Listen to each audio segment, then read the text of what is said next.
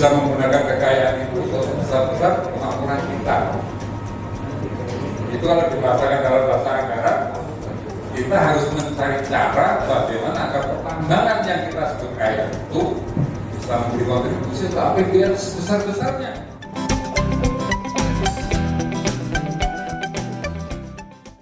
Ini sebuah pemikiran besar dari Pak Toto, dari Dapil Jogja gitu, untuk nanti dibawa ke isu nasional. Dan isunya juga wis orang ngurusi sampah meneh, jadi isunya wis sampah ditinggal saja, dan diurusi. Dan diurusi. Kebetulan menterinya juga PAN sekarang. Jadi ben menteri ini langsung medun. Nah, ini isunya kalau teman-teman itu mesti merasakan itu BBM ngerti-ngerti mudah, ngerti-ngerti medun gitu. Itu sebenarnya seperti apa tau gitu tata kelolanya itu. Nah, kita kan selama ini hanya mengenal dan mengerti bahwa tambang itu ya minyak, gas, kalau di DIY ya pasir itu. Karena nggak ada yang lain. Nah, ternyata tambang dan gas ya. Pasir besi. Tidak jadi, Pak. Tidak jadi. Tidak jadi, Pak, pasir besinya. Nah, mungkin nanti bisa mengeksplor gitu. Karena Pak Toto ini ternyata sudah berarti 3 periode nih, Pak. Itu mengurusi di soal tambang di komisi yang membidangi ini. Jadi kalau cuma sama sekarang saya Pak Menteri mungkin nanti bisa kuliah dengan Pak Toto gitu.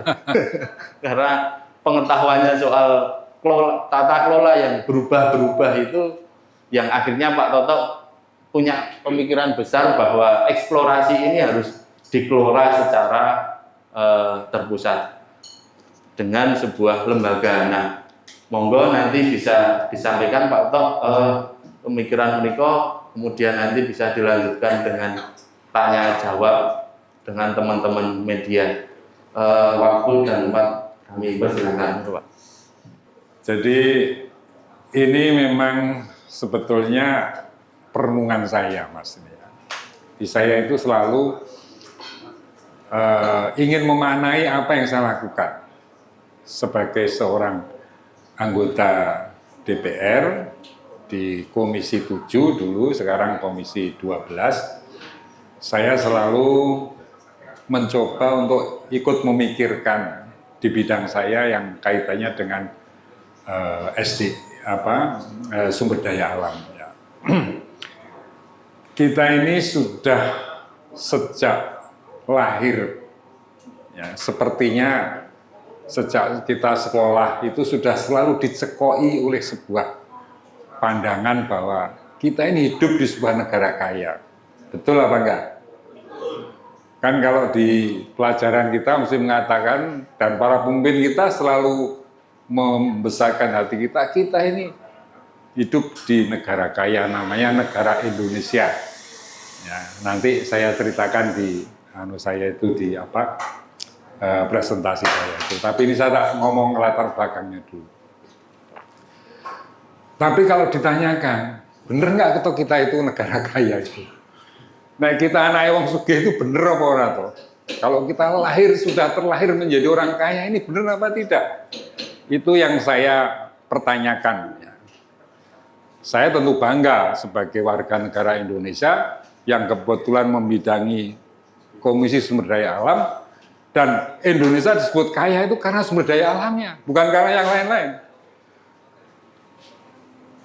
Janji para pemimpin mau jadi presiden, mau jadi DPR, mau kalau tingkat nasional ya, isunya pasti ngomong tentang sumber daya alam. Reformasi itu janjinya juga sumber daya alam. Kita akan bisa membangun negara ini karena kita ini negara kaya. Kita punya tambang nikel terbesar di dunia, kita punya batu bara dan segala macam lah. Itu betul semua. Ya. Tapi yang jadi pertanyaan itu, nilainya berapa nggak ada yang tahu. Dan anehnya sampai sekarang ini, itu sepengetahuan saya ya, kok ya belum ada yang mencoba untuk mencari tahu gimana sih sebetulnya kalau kita itu negara disebut negara kaya itu supaya benar-benar nggak. Pertanyaan pertama sebetulnya begini, benar nggak negara kita itu kaya? Ayo, ada yang bisa jawab nggak? Pasti semua setuju, benar, benar. Karena apa? Kita ini berada di garis khatulistiwa. Mulai ditayangkan aja. Mana? Susah banget anu. Coba ditayangkan biar sambil ada ilustrasinya. Kita ini hidup di garis khatulistiwa. Garis khatulistiwa itu tempatnya matahari berputar. Di situ fosil-fosil itu berada. Sehingga negara-negara yang kaya sumber daya alam itu minyak, bumi, gas, juga batu bara, tambang dan sebagainya, ya tepatnya di situ.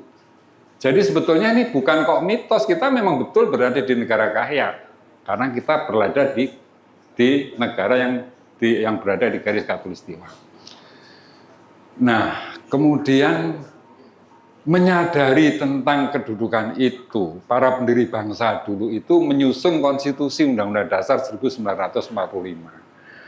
yang dengan jelas di situ disebutkan pasal 33 seluruh kekayaan tadi, bumi, air, dan kekayaan yang terkandung di dalamnya itu dikuasai oleh negara dan dipergunakan sebesar-besar kemakmuran rakyat.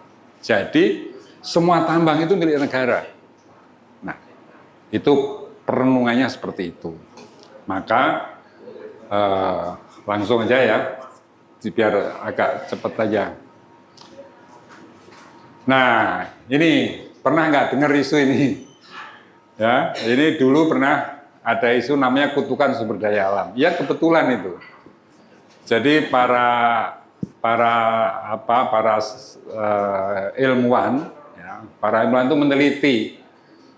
Kok ternyata di negara-negara yang kaya sumber daya alam itu rakyatnya orang luwih makmur ditimbang negara-negara yang tidak punya sumber daya alam.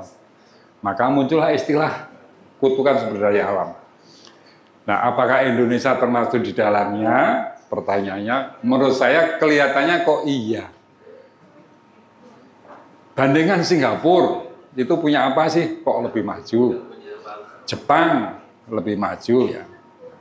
Ya, terus naik ya. Nah, ini ada disertasi dari IPB. Nah, mengapa kutukan sumber daya alam itu terjadi? Ada ketergantungan ekonomi terhadap hasil alam, lalu itu karena pengelolaan yang tidak benar ya. Kemudian karena hanya fokus mengandalkan itu. Jadi dulu itu kita pernah mengandalkan hanya dari minyak. Terus habis itu hutan udah habis, batu bara sekarang dan lain sebagainya. Nah, itulah yang membuat negara-negara yang penghasil sumber daya alam, termasuk korupsi juga, perpecahan politik dan sebagainya, karena rebutan sumber daya alam tadi. Apakah itu terjadi di Indonesia ya? Mari kita lihat sendiri. Tapi yang jelas bahwa Indonesia belum mampu memanfaatkan kekayaan sumber daya alamnya itu untuk sebesar-besar kemakmuran rakyat. Ya, lanjut. Nah ini kita sudah tahu semua ya, nikel, batu bara, tembaga, emas, timah, bauksit, pasir besi, kopal itu ini terbesar itu berada di Indonesia. Ya, lanjut. Nah, masalahnya selama ini kita ini percaya kita kaya. Dan betul kita itu memang kaya, wong kita di garis khatulistiwa. Tapi kita tidak pernah tahu seberapa kekayaan kita. Sehingga semua kebijakan yang kita buat itu ya tidak punya landasan. Kan yang namanya keputusan kebijakan itu landasannya informasi. Nah, kalau informasinya tidak punya ya kita nggak bisa buat kebijakan yang paling menguntungkan. Kalau undang-undangnya itu sudah bagus. Ya, undang-undang kita ini kan rejim perizinan. Ya, rejim perizinan ini maksudnya adalah bahwa memang yang punya kekayaan alam itu negara. Jadi orang berusaha itu bukan memiliki. Jadi kalau Mas Inung ini tiba-tiba kok di rumahnya itu ada emas, tambang emas. Lalu apakah berarti Mas Inung walaupun sertifikat tanah milik dia, itu dia tidak bisa langsung ngeklaim, wah ini masih milik saya, langsung jadi orang kaya, tidak bisa. Dia harus lapor. Enggak ada kewajiban lapor sebetulnya. Tapi dia tidak boleh ngapa-ngapain. Karena begitu ada emasnya, tanahnya milik Mas Inung, emasnya itu milik negara. Makanya banyak kejadian. Sekarang ini banyak masalah di pertambangan kita ini. Orang punya tanah sertifikat hak milik. Di bawahnya ada nikel. Ini ada perusahaan yang sudah punya izin untuk mengelola di situ itu, punya IUP, dia kalah dia. Memang ada aturan yang melindungi bahwa eksploitasi itu harus mendapatkan izin dari pemilik tanah. Ada negosiasi, tapi posisinya itu rentan. Posisinya itu daya tawarnya rendah. Karena harga tanah di hutan-hutan itu murah, jadi ya posisinya rendah. Apalagi nggak tahu isinya apa di dalam itu. Ya hanya ada nikelnya berapa, nggak ada tahu. Kalau dibohongin juga nggak tahu juga. Kalau saya pengusaha, saya bilang ini isinya itu tidak banyak. Ya, biaya ini yang mahal. Nah itulah pentingnya negara ini punya data eksplorasi. Nah, itu ya arahnya ke situ. Terus lanjut. Nah kalau data eksplorasi itu sudah bisa dilakukan oleh negara, lalu kita punya data itu bisa digunakan untuk menyusun kebijakan oleh negara. Dalam mengatur hubungan dengan pengusaha IUP, bisa menggunakan data itu. Bahkan bisa sampai bicara tentang bagaimana bagi hasilnya. Ini kita nggak pernah bicara. Di minyak itu ada bagi hasil. Tapi di tambang itu tidak ada bagi hasil untuk negara. Ada cuma pajak pendapatan PNB, pendapatan negara bukan pajak. Dan jumlahnya itu menurut saya terlalu kecil. Coba Anda Google ya. Anda sekarang Google atau tanya ke AI. Mas AI Mbak deh, itu biasanya Mbak AI di dalam APBN 2024 karena yang sudah jalannya. Itu pertambangan mineral dan batu bara itu berkontribusi berapa triliun dalam APBN. Nah, coba kamu tanya. Nanti akan dijawab, saya sudah tanya soalnya. Itu sekitar 7-an triliun. Ayo sekarang kita merenung. Kita katanya negara kaya. Dan klaim kita negara kaya itu karena kita punya sumber daya alam. Terutama itu. Terus APBN kita ini 3.000 triliun. Sumbangan dari tambang kita itu cuma 75 triliun. Itu kaya apa ora kaya? Bener nggak kita ini kaya? Itu kan harus ada yang mempertanyakan. Dan saya sebagai anggota DPR yang dipercaya oleh rakyat DIY, bidang saya Komisi 12 kan, saya mewakili kalian semua. Sebagai orang disebut kaya, punya sumber daya alam itu, gimana caranya supaya bisa menggunakan kekayaan itu untuk sebesar-besar kemakmuran kita. Ya, itu kalau dibahasakan dalam bahasa anggaran, kita harus mencari cara bagaimana agar pertambangan yang kita sebut kaya itu bisa memberi kontribusi untuk APBN sebesar-besarnya. Ya kalau kaya itu misalnya ya 1.000 triliun, wah itu kan hebat. APBN 3.000 triliun, pertambangan itu sumbangannya 1.000 triliun. Itu baru kita boleh klaim, kita ini memang kaya sumber daya alam. Kita negara kaya dan kayanya karena kita punya sumber daya alam. Kontribusinya jelas. Ya minimal 500 triliun lah, atau 600 triliun seperti cicilan utang luar negeri kita lah. Jadi supaya ya utang luar negeri nggak usah cari-cari lagi dari mana. Tutup aja dari sumber daya alam, beres. Sekarang kita nggak bisa. Nah itulah yang membuat saya berpikir keras dan merenung, lalu mencoba memberi masukan. Ya masukan aja lah. Kalau di hadapan presiden, di hadapan pemerintah kan ya, saya hanya seorang anggota DPR juga. Dan masukan saya ini belum tentu juga dipercaya ya, belum tentu juga diterima. Karena banyak kepentingan.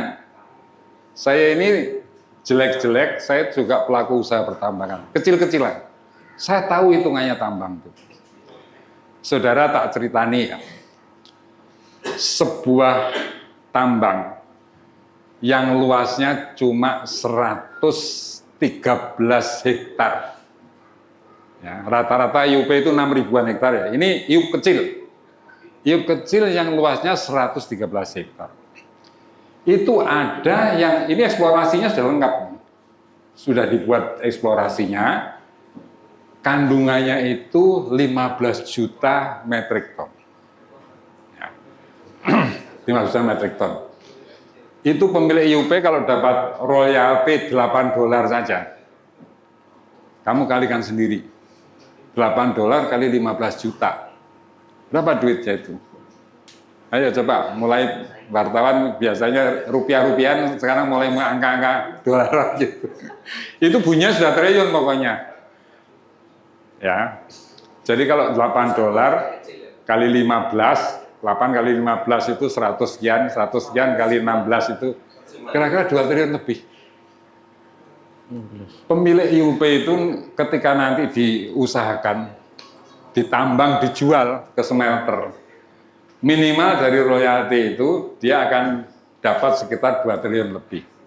Uang 2 triliun itu banyak nggak? Se-APBD kota. Luas tanahnya tadi 113 hektar ya. Berarti bener nggak kita kaya? Bener kan? Kaya. 113 hektar ini bisa memberi keuntungan pada orang yang punya IUP itu potensinya sampai 2 triliun lebih. Ini pemilik IUP ya. Saya pengusaha, kontrak sama saya. Saya bikin JO. JO itu kerjasama. Udah, nggak mau pusing nih pemilik IUP. Udah, Pak Toto, sampean kontrak sama saya. Ambilin semua isinya ke ini. Jualan pikiran dewe, pokoknya gue bayar aku royalti $8. Dia sudah dapat 2 triliun lebih. Sebagai pengusaha, berapa kira-kira? Itu ada hitungannya, gampang hitungnya. Ngitungnya itu ada harga pokok yang dibuat oleh pemerintah setiap bulan dikeluarkan. Itu ada harga pokok mineral. Itu bisa dibaca nikel itu berapa dolar. Itu harus segitu smelter itu belinya. Bisa dihitung berapa biayanya, apa ini gali, kemudian hauling bawa itu ke jeti dan kapal sewa dan segala macam. Pokoknya kalau dihitung itu semuanya itu pengusahanya itu bisa dapat keuntungan minimal ketika harga jelek $10 per metrik ton. Berapa keuntungan orang yang pengusaha nikel yang cuma 113 hektar tadi? $10 kali 15 juta. Berapa? 150 juta dolar alias kali 16. Ya, 2 triliun lebih. 2 triliun lebih. Jadi bukan mitos, saudara-saudara. Memang kita ini kaya. Itu cuma 113 hektar. Itu sudah triliun-triliunan. Lah kita tanahnya ini jutaan hektar se-Indonesia ini. Masa di APBN cuma 70 triliun. Ayo kita buka mata kita. Dan mari kita mulai menyadari dan mencari jalan keluar piye carane iki. Supaya perintah konstitusi yang namanya sebesar kemakmuran rakyat tadi bisa kita wujudkan. Kita bantu presiden kita, tugasnya Pak Presiden, menjadikan negara ini negara makmur, katanya mau menuju ke Indonesia emas tahun 40, sekarang sedang menyiapkan SDM-nya dengan gizi yang bagus, ditambah kalau kekayaan alamnya bisa dipergunakan untuk kemakmuran rakyat, soal utang-utang luar negeri itu menjadi kecil. Ya bener, kecil tuh. Itu kalau dikelola dengan benar, mestinya cari 1000 triliun per tahun itu tidak sulit. Tapi kita nggak usah berandai-andai. Kita mulai dulu saja. Ya, karena gagasan itu bisa diwujudkan nek dalane jelas. Menurut saya pintunya tidak ada lain, informasi. Kita bisa membuat kebijakan apapun karena punya informasi. Kita disebut negara kaya, kalau tidak punya informasi berapa kayanya kita, ya kayak monyet kita. Kalau kita punya angkanya, kita baru bisa bikin kebijakan. Karena itulah saya menggagas eksplorasi harus menjadi tanggung jawab negara dan harus dikerjakan. Dan saya sudah pernah dapat jawaban di rapat kerja. Celetuk, mahal Pak. Nah itu penyakitnya orang Indonesia itu. Jadi belum apa-apa sudah merasa ini kayak orang gini loh. Kamu ini sekarang kalau mau ke Wonosari kan menjadi biasa toh. Sekarang ngebut, anak-anak ngebut ke Wonosari kan enak aja toh, ber gitu. Bayangkan kalau itu nggak ada jalannya. Kamu lihat puncak Wonosari dari Jogja, dua atas sana loh. Itu pasti kamu bilang, nggak mungkin sampai Wonosari. Ada yang dari Gunung Kidul nggak ini? Pokoknya tahu Wonosari, tahu semua ya. Jadi kita ini kalau melihat Wonosari itu, sepertinya nggak mungkin kita ke sana. Aduh, di sana loh, jauh, tinggi. Karena nggak tahu jalannya. Tapi oleh Belanda kan sudah pernah dibuatkan liuk, akhirnya ke sana sekarang mulai dipotong-potong lebih enak lagi. Artinya kalau jalannya jelas itu ya bisa juga. Makanya saya buka dulu supaya kita bisa buat kebijakan yang menguntungkan negara, yang bisa sebesar-besar kemakmuran rakyat dan segala macam bisa kita lakukan.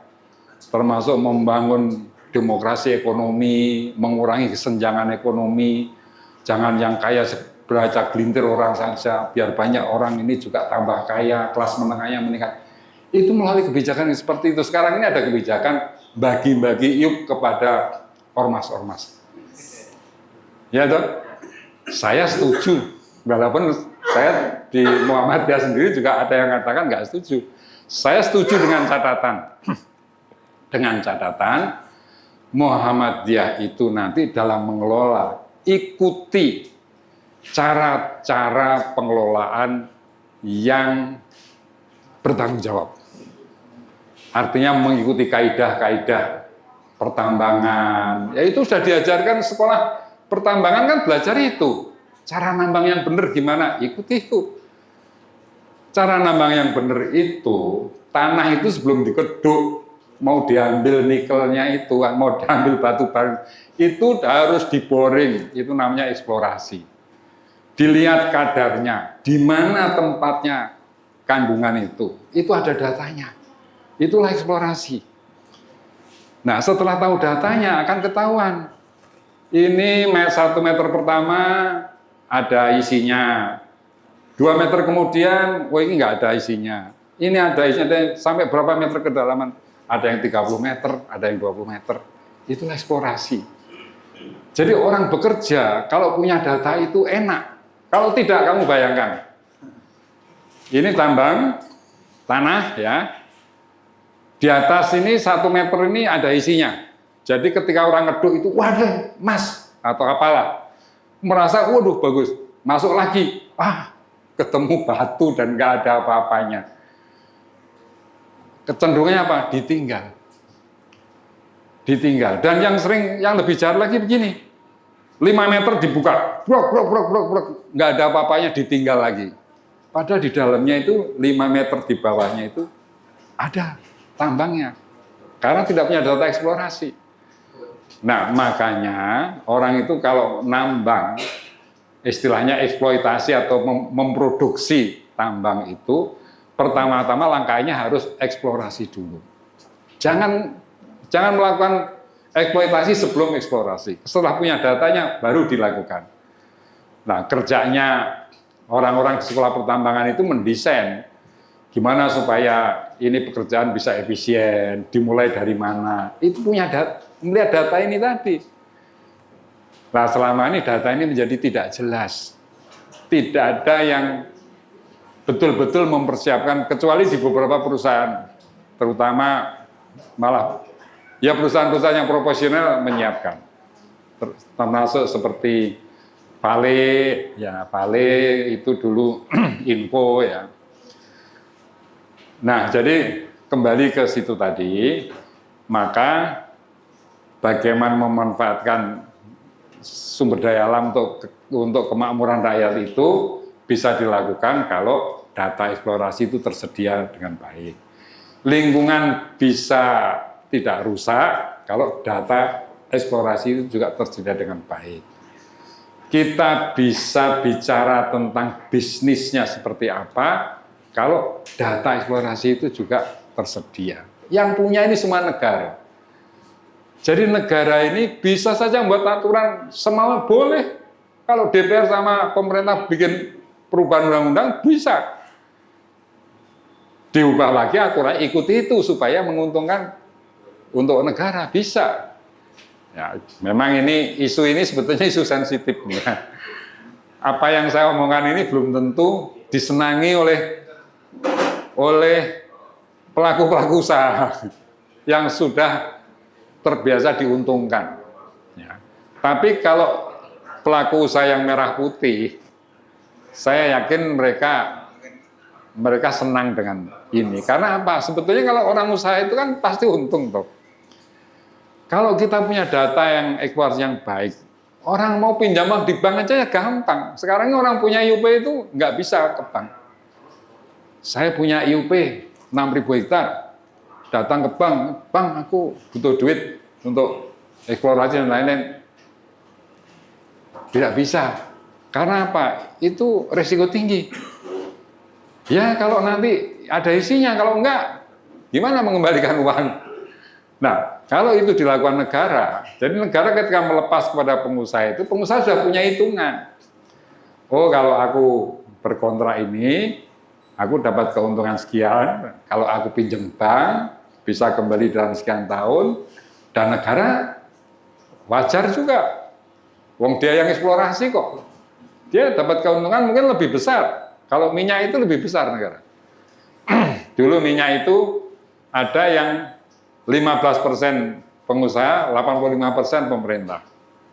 Walaupun sama ini, seluruh biaya eksplorasi tanggung negara, namanya cost recovery. Jadi kontrak di migas itu yang dilakukan oleh swasta-swasta itu semua dikembalikan oleh negara ketika minyaknya keluar. Tapi ada bagi hasil, negara dapat lebih banyak dan pelaku usahanya dapat lebih kecil. Nah, kita nggak bisa membayangkan itu di dunia pertambangan kalau kita nggak punya data eksplorasi. Kalau sudah punya data eksplorasi nanti bisa diatur-atur lah gimana enaknya. Ya, mau sistem bagi hasil seperti apa, kemudian dan lain sebagainya itu bisa diatur kalau punya data eksplorasi.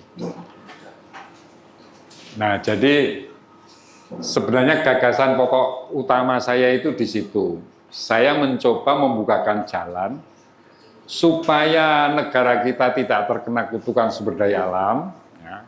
Kalau soal politik dan macam-macam kayaknya udah lolos Indonesia. Karena kita sejak reformasi, bukan hanya sejak reformasi, sejak kemerdekaan kan nggak ada budayanya kudeta di Indonesia itu. Walaupun ada pemberontakan pernah terjadi G30S, tapi nggak ada kudeta, pemerintah dikudeta, pemimpinnya dibunuhi, tapi di beberapa negara itu terjadi karena soal tambang. Sehingga mereka benar-benar memang kutukan sumber daya itu nyata sekali. Kalau di sini tidak terlalu nyata. Karena ternyata dalam proses demokrasi rebutan itu nggak sampai segitunya, walaupun ya tetap juga tambang itu menjadi monopoli dari beberapa gelintir orang, dikuasai oleh para pemilik modal dan juga para penguasa politik, termasuk anggota DPR dan lain-lain.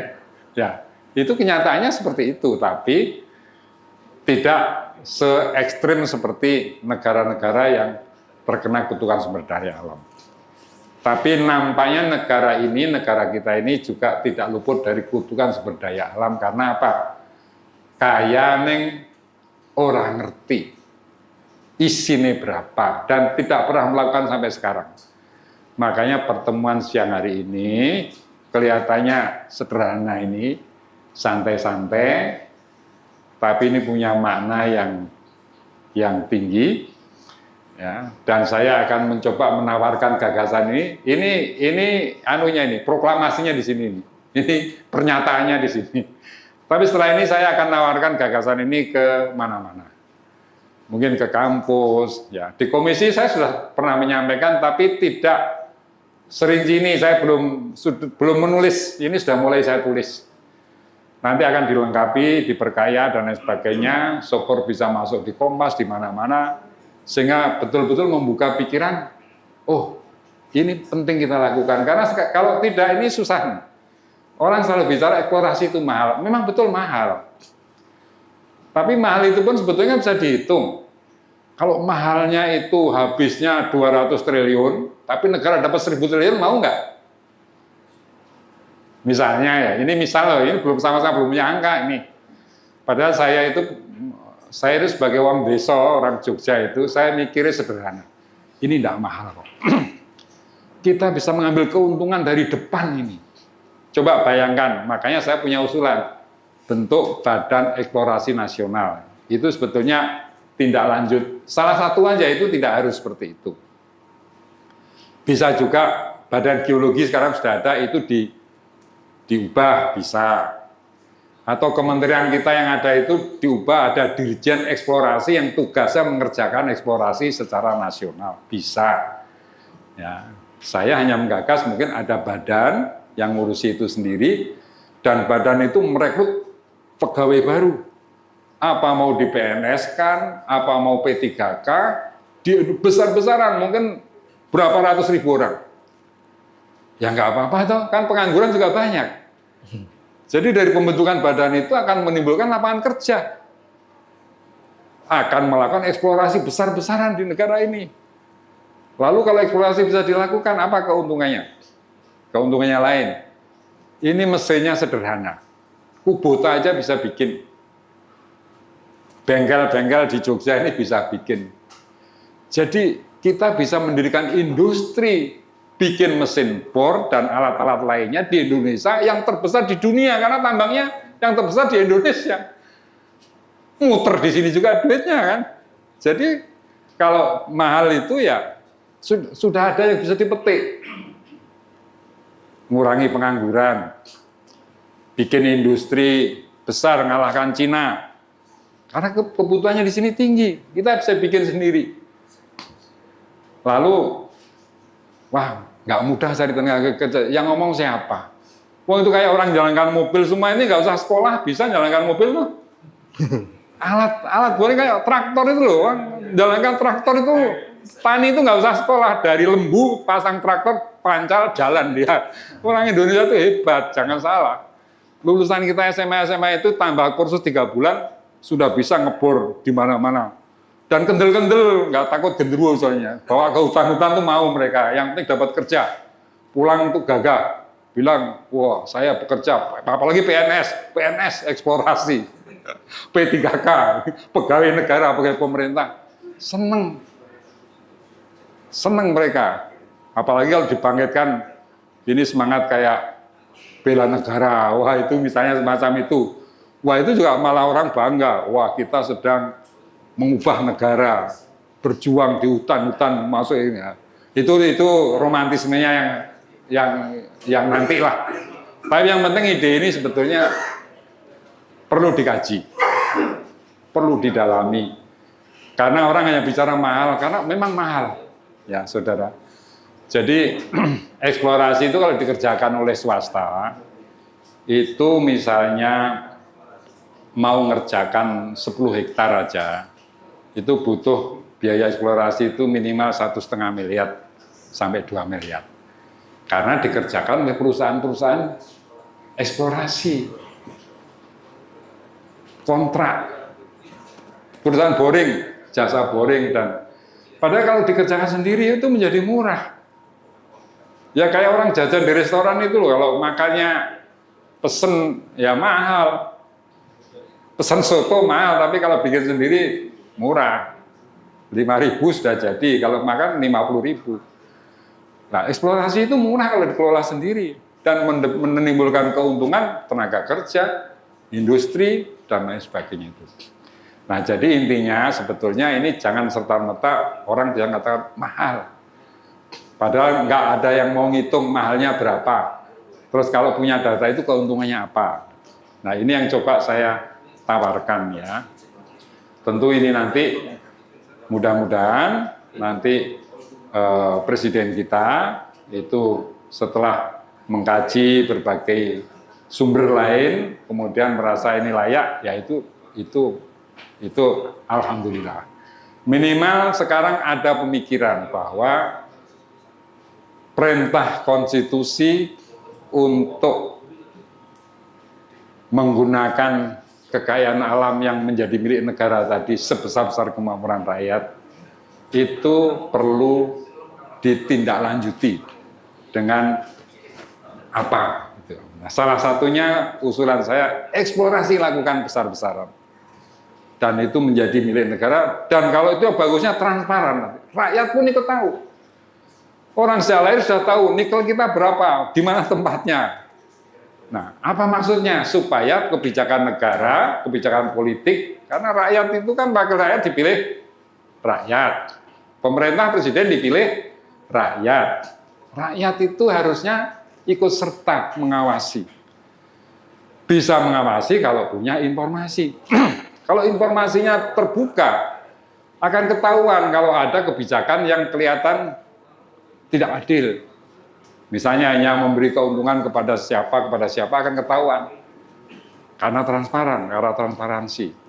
Nah, jadi itu pentingnya data eksplorasi harus ada, tanggung jawab negara dan transparan. Sehingga demokrasi kita juga akan tumbuh, ekonomi kita juga akan berkembang.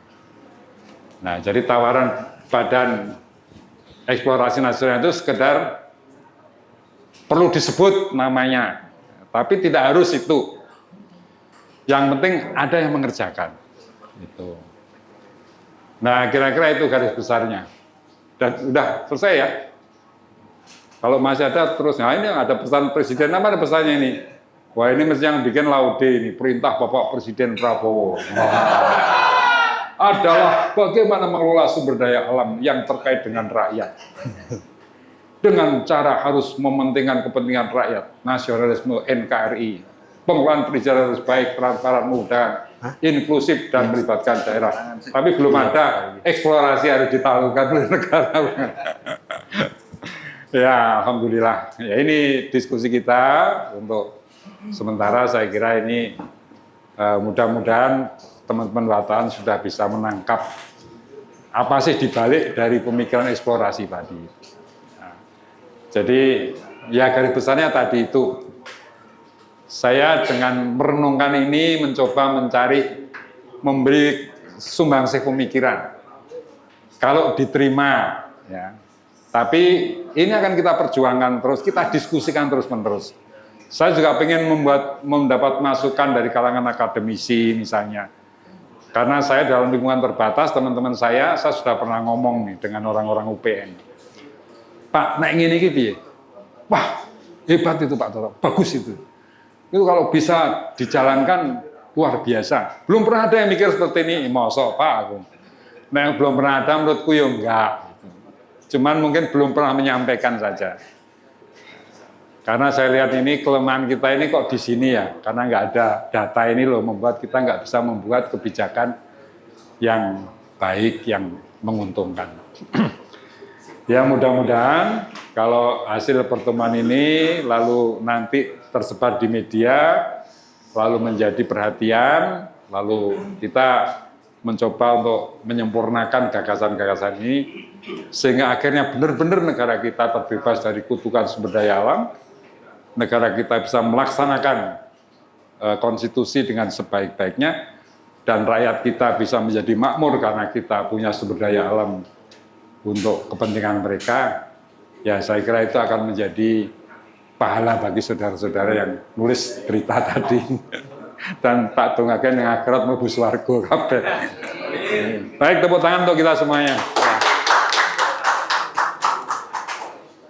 Nah, ini mungkin sebelum ke tanya jawab Pak, ini ada apa nggih untuk mempercerah kita semua. sebenarnya tata kelola dari tambang, baik itu minyak dan gas maupun yang mineral yang lain, itu eksplorasi itu diserahkan ke swasta. Artinya tadi di IUP itu diserahkan eksplorasinya atau memang tidak ada peran negara di situ gitu Pak. Nah, mungkin itu untuk menambah wawasan awal itu Pak. Ya, jadi eksplorasi itu sebetulnya dalam undang-undang kita dan dalam peraturan menteri atau kebijakan lain itu harus dilakukan sebelum dieksploitasi. Makanya tadi saya katakan, saya setuju organisasi ormas itu dapat tambang. Tapi ormas-ormasnya harus memberi contoh. Karena kalau ormas ini tugasnya kan bukan entitas bisnis yang mencari keuntungan sebesar-besarnya kan. Walaupun nanti hasilnya itu keuntungan sebesar-besarnya itu. Karena ormas itu tidak kepepet seperti orang yang mungkin hanya memburu keuntungan. Kayak Muhammadiyah ini kan kaya. Saya setuju Muhammadiyah ini mengelola tambang. Tapi tahap-tahapannya itu ikuti dengan sebenar-benarnya, dieksplorasi dulu lingkungannya, nanti perencanaannya dibuat dan lain sebagainya sehingga akhirnya baru dieksploitasi. Nah, nanti malah menjadi contoh. Ini loh cara ngelola tambang yang baik. Jadi saudara-saudara itu kalau nanti lihat tambang yang baik itu kayak di Bali. Bali ini dulu perusahaan asing namanya Inco. Sekarang jadi perusahaan Bali. Sudah berapa tahun di Indonesia? Mungkin 50 tahun lebih. Sejak Indonesia merdeka sudah ada di sini. Itu baru 5.000 hektar yang dikerjakan selama sekian puluh tahun. Itu kalau nambang itu benar, ya, eksplorasinya dilakukan dengan sebaiknya itu hemat tanah itu. Yang membuat habis itu karena diaduk-aduk tadi nggak tanggung jawab. Dicari isinya nggak ada, ditinggal, obrak ditinggal. Ini lingkungan rusak, nggak dapat juga hasilnya, nggak maksimal. Negara juga dirugikan. Nah, maka tadi eksplorasi tadi itu harusnya tanggung jawab negara. Nah, kalau dalam tata kelola pertambangan yang benar, eksplorasi harus dilakukan. Tapi memang tidak, ya sudah diperintah itu ya berarti itu tanggung jawab negara sebetulnya. Cuma bentuknya tidak eksplisit seperti usulan saya. Negara memang mengerjakan. Jadi itu bisa swasta, bisa negara, siapapun melakukan. Yang penting ketika dieksploitasi, ditambang, harus ada data eksplorasinya. Nah itu Mas, jadi selama ini belum jelas. Itu menjadi satu. Tapi aturannya harus, pelaksananya banyak yang tidak melakukan. Nah itu masalahnya. Makanya kalau ini sebelum dilepas jadi IUP, itu sudah ada data eksplorasinya, dan itu dilakukan negara, ini pasti tertib nanti tambang-tambang itu. Jadi gitu.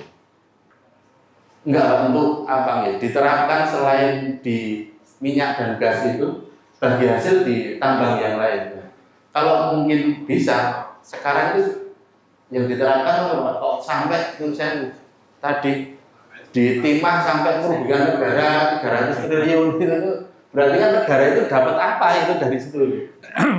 Ya, jadi memang gini loh, Mas. Ini perenungan ini lalu memunculkan ide eksplorasi harus menjadi tanggung jawab negara. Itu diantaranya ya dari situ juga. Kalau saya datang di Pangkal Pinang misalnya, itu tanah rusak kan, rusak. Banyak bekas-bekas tambang dan sebagainya itu. Itu kan juga ya karena ada penambangan yang tidak benar, ya. Secara akademis ya tidak benar, artinya nenek sekolah ora diajari cara ngono. Itu yang sedang berjalan dan mungkin juga penambangan liar, ilegal dan lain sebagainya. Nah itu karena apa? Karena tidak ada data eksplorasi. Makanya kita tertibnya mulai dari data eksplorasi dulu. Semua eksplorasi dan itu usul saya itu menjadi tanggung jawab negara. Ini negara melakukan. Negara melakukan secara besar-besaran di seluruh negara ini, sehingga nantinya itu kita dalam penyusunan APBN itu bisa membahas tentang rencana penerimaan negara dari sektor tambang. Dari nikel berapa triliun, batu bara berapa triliun, emas berapa triliun, gitu.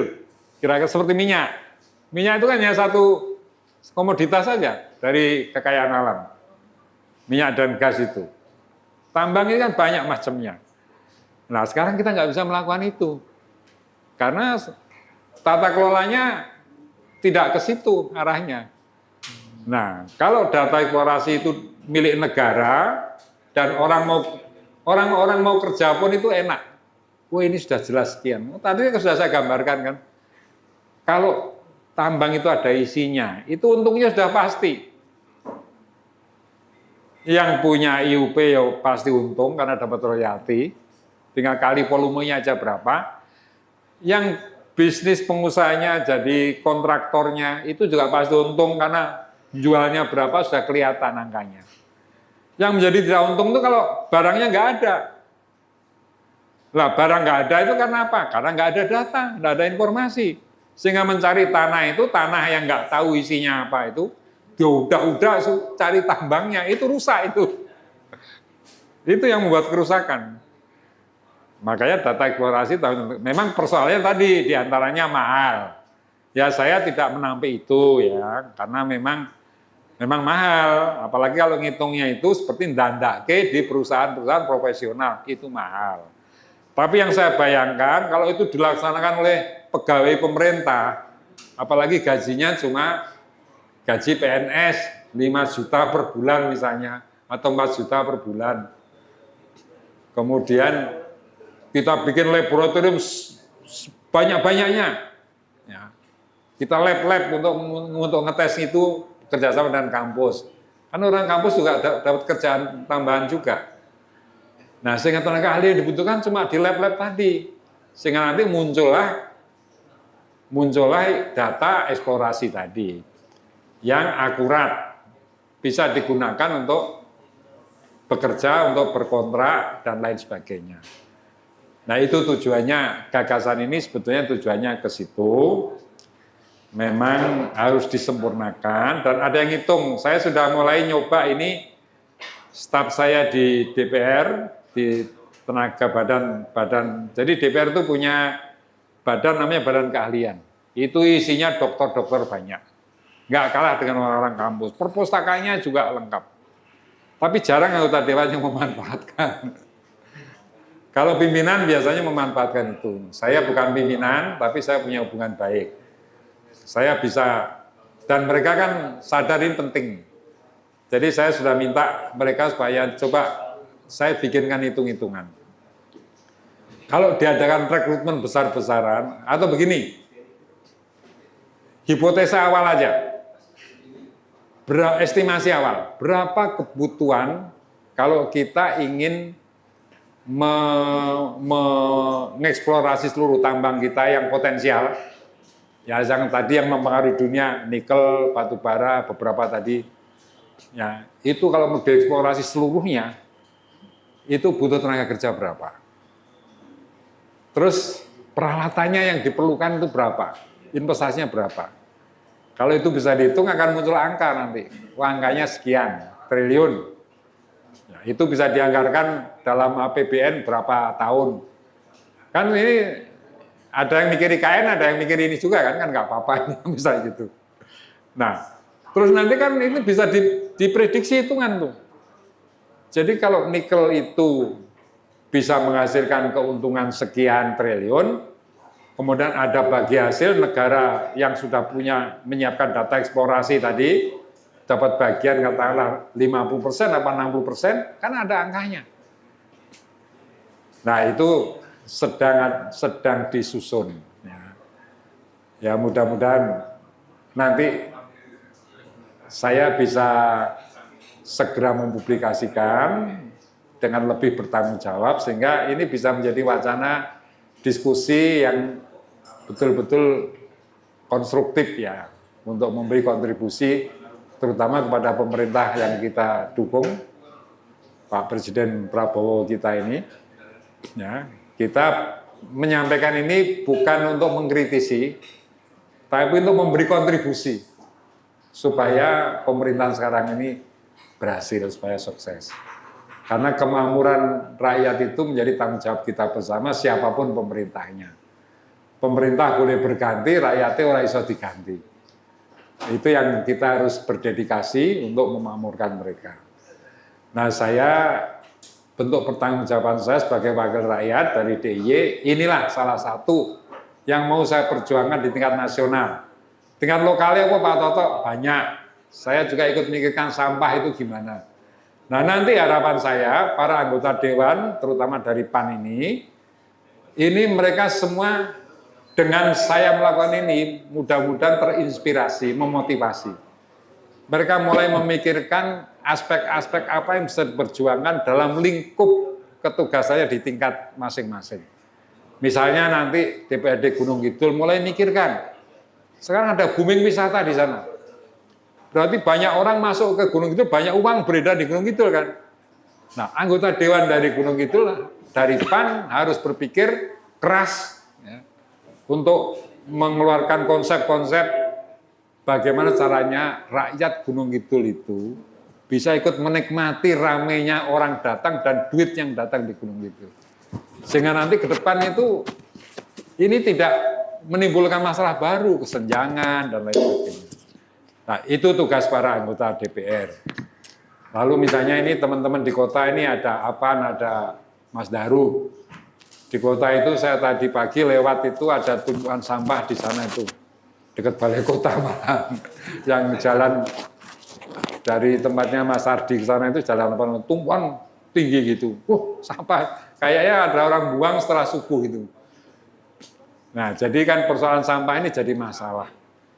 Padahal sekarang sampah itu ada teknologinya sudah ada. Saya kemarin baru saja ditemui orang dari Cina. Orang dari Cina itu dia bisa mengolah sampah itu menjadi energi. Dari listrik bisa dijual ke PLN. Tapi kalau kapasitasnya itu sekian ribu ton per hari gitu. Bisa dijadikan pabrik. Itu cuma dibakar aja. Jadi teknologinya sampah itu banyak. Ada yang dipilah-pilah kayak model konvensional itu sulit.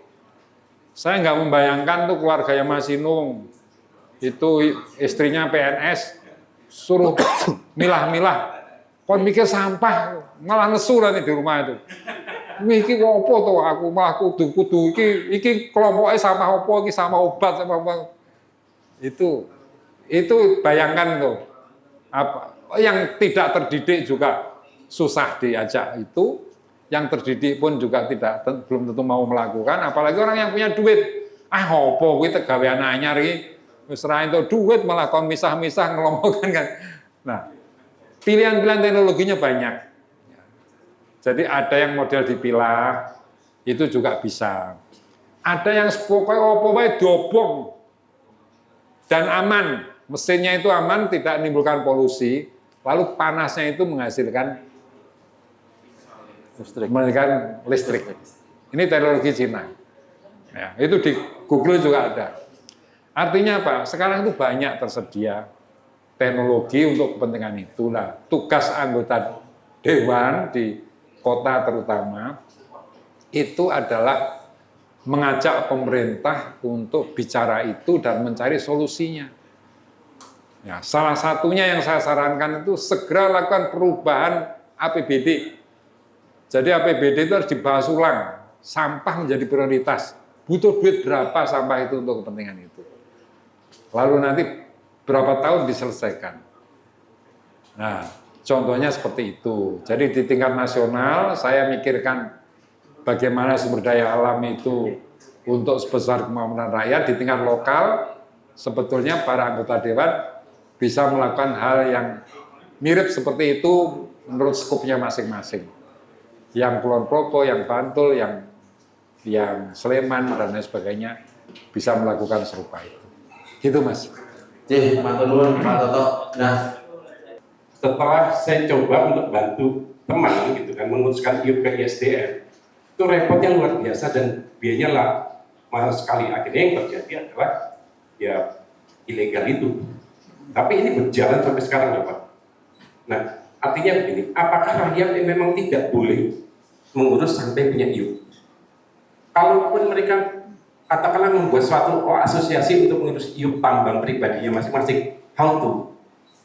Apakah Bapak bisa memberikan solusi buat teman-teman ini? Karena banyak sekali kapitalnya dari pemilik tambang pasir yang ada di Muntilan sampai di Klaten dan di daerah Merapi, Boyolali. Bapak bisa cek sendirilah kondisi IUP-nya seperti apa. Ya, saya sudah menangkap isinya apa. Intinya gini, saya belum bisa mengatakan gimana caranya dan apa yang harus dilakukan. Tapi terhadap pertanyaan, apakah Bapak mau ikut cawe-cawe kira-kira gitu kan? Jawabnya itu mau. Mau, karena saya ini wakil rakyat. Jadi apapun masalahnya rakyat, saya siap untuk bersama-sama. Silahkan, kalau nanti mau diorganisir, dikumpulkan, diskusi dengan saya. Ya. Nanti cari solusinya bagaimana. Saya jangan dibuat kayak paranormal, suruh ngasih saran baiknya gimana kayak dukun-dukun, nggak bisa. Tapi harus didalami masalahnya seperti apa, aturannya bagaimana, nah nanti dicari solusinya. Saya sebetulnya termasuk juga punya pemikiran gimana tambang-tambang rakyat itu kan barang gampang.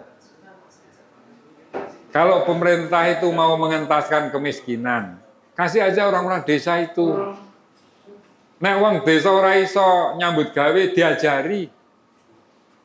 Apakah BUMDes atau apa kan bisa. Kan gampang tuh pasir tuh yang kerja juga orang desa kok. Masalahnya modalnya mungkin enggak punya. Nah, kalau kebijakan pemerintah kan bank bisa toh memberi pinjaman modal. Memang bank itu kerjanya memberi pinjaman kepada pengusaha. Kalau bupati dan DPRD-nya menjamin ini BUMDes ini mau nambang pasir nih. Butuh modal sekian, dijamin, ya pasti bisa. Jadi artinya ini soal kebijakan, mau nggak? Artinya political will kita itu mau gimana? Kalau saya aliran supaya kemakmuran itu lebih merata, ya, ketimpangan sosial dikurangi. Jadi kalau yang barang gampang gitu sebetulnya nggak perlu cari orang jauh-jauh. Orang desa setempat itu, desa-desa yang memiliki tempat-tempat tambang itu, suruh ngelola sendiri, diajari. Tugas pemerintah itu ngajari.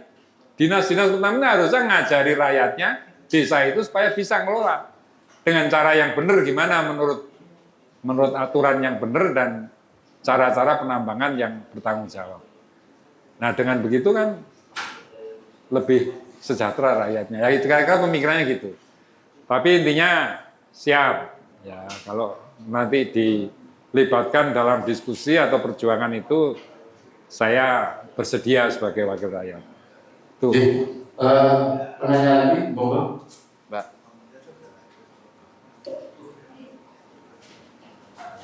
Selamat siang, saya Putu dari Suara Pak.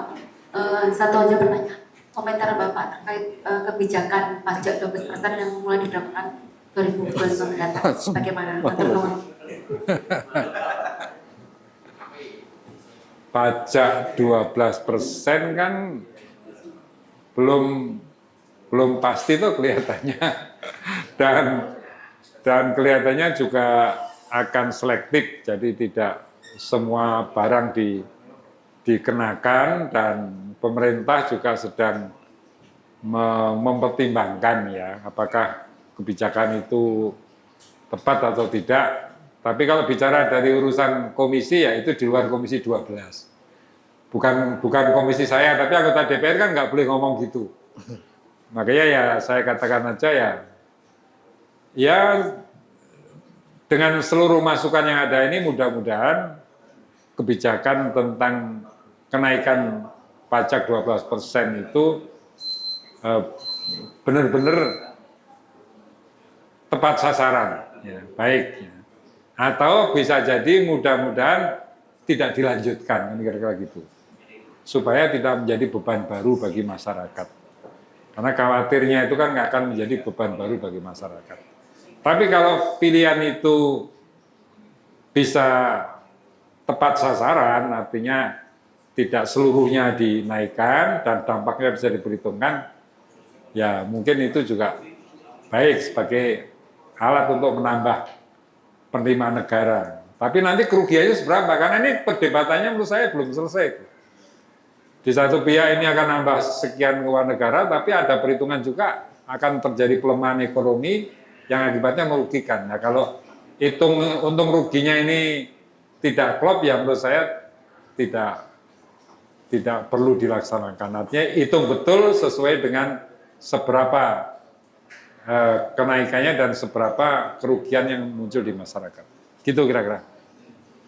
Langsung. Terima kasih. Perkenalkan, saya David dari KR, Pak. Ini ada 2 pertanyaan. Yang pertama, dari diskusi tadi, Bapak tadi, pertanyaan yang muncul itu, kalau Kementerian ESDM itu fungsinya seperti apa, Pak? Atau perlu diperkuat atau seperti apa? Kayaknya kok nggak terlalu bisa berkontribusi. Yang kedua, kalau misal Indonesia itu tidak punya ahli atau teknologi untuk menambang bahan-bahan tambang itu kalau misal negara sebagai pemilik bahan tambang itu kontraknya kepada perusahaan swasta seperti Exxon, kemudian Chevron itu dia kontraknya hanya mengontrak tenaganya aja. Nanti untuk bahan tambangnya tetap dimiliki oleh negara. Itu bisa apa enggak, Pak? Jadi dibayar untuk kecerdasannya aja, teknologinya aja. Seperti itu, Pak. Terima kasih. Ya, jadi kalau di Migas sekarang itu sudah berjalan, sistem bagi hasil tadi sudah berjalan, dan teknologinya memang lebih rumit ketimbang teknologi untuk pertambangan. Kalau pertambangan ini teknologinya tidak terlalu kompleks ya, walaupun untuk pertambangan di dalam kayak Freeport itu ya butuh teknologi tinggi juga, artinya dengan kedalaman sekian ratus kilo ke di bawah gunung segala macam tuh. Tapi kan yang begitu tidak banyak, yang kikis seperti itu tidak banyak, itu hanya di emas. Tapi kayak di nikel, batu bara itu kan lebih banyak di permukaan. Artinya hanya 30 meter lah. Yang gini-gini bisa dikerjakan sendiri. Teknologinya sederhana, kita sudah mampu. Kalau dulu zaman kita merdeka, ya kita belum mampu. Tapi sekarang ini sudah mampu, gampang. Jadi eksplorasi itu hanya dikerjakan oleh tenaga kerja yang diberi keterampilan. Hanya di labnya saja nanti dianalisis oleh tenaga ahli yang yang punya kemampuan akademisi yang sesuai dengan bidangnya. Jadi udah bisa dikerjakan sendiri, nggak ada masalah. Gitu, Mas. Matur nuwun Pak Toto yang sudah menjelaskan panjang lebar dan memberikan. Ya ini untuk sharing aja saya kira cukup ya. Iya, Ini Pak. kan baru lontaran awal ya. Ya mudah-mudahan nanti kelanjutannya ini yang penting kan ada kelanjutannya.